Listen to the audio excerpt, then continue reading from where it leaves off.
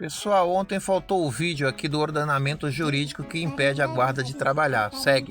Questão da pessoa em situação de rua, a gente sabe que é um problema social nacional e até mundial, a questão do uso de entorpecentes como o crack, onde as pessoas estão feitos zumbis nas ruas, aproveitando qualquer momento para o furto de qualquer coisa, né, ou até o roubo, se conseguirem, para comprar sua droga.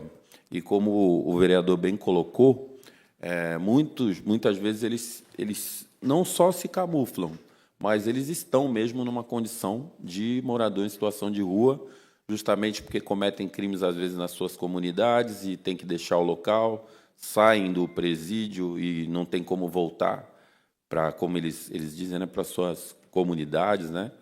E Santos é uma cidade atrativa. Só que a gente, como diz a doutora Raquel Galinatti, a gente não pode criminalizar a pobreza.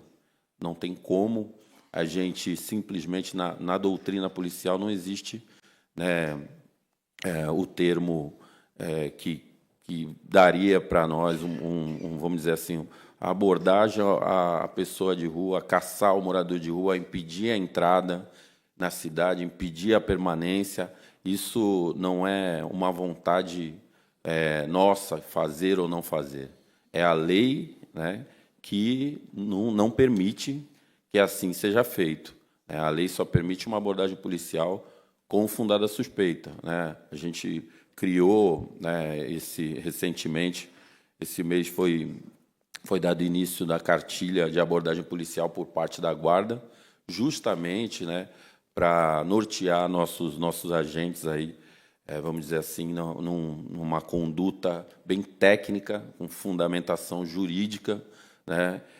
Eu trouxe aqui se vocês permitem eu ler, uma lei federal, né, que se chama Resolução 40.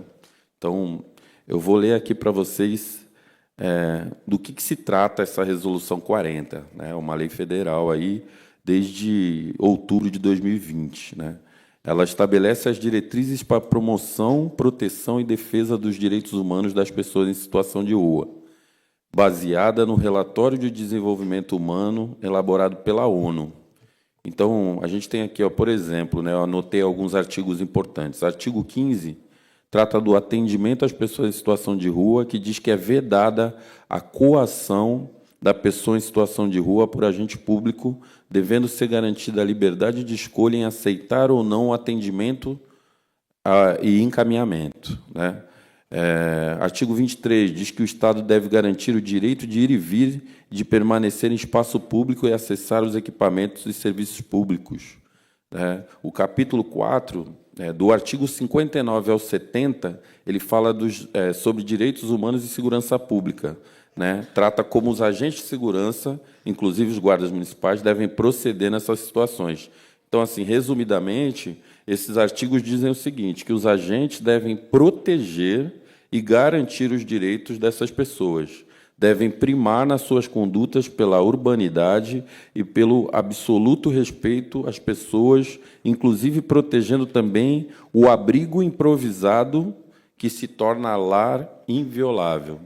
Então, assim, essa é a lei, né? A gente tem nossos agentes e a gente tem a prática. E como é que a gente faz isso aqui na prática? E aí já digo para vocês, eu tenho 45 anos em Santos, sou morador de Santos desde sempre, né? Nasci na periferia, hoje não moro mais lá, tenho 22 anos de guarda, então a gente lidar com essa situação, esse problema social, né?